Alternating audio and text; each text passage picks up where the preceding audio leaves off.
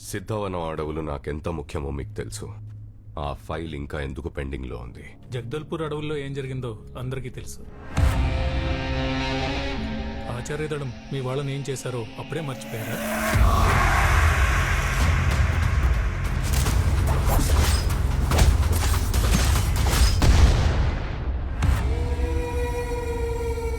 అది ఇంకా చల్లారక ముందే ఇంకో అడవిలోకి వెళ్తే మాకు కూడా చాలా తలనొప్పి చుట్టుకుంటుంది. ఇవన్నీ మానేసి వేరే వ్యాపారం చేసుకోవచ్చు కదా. ఆ?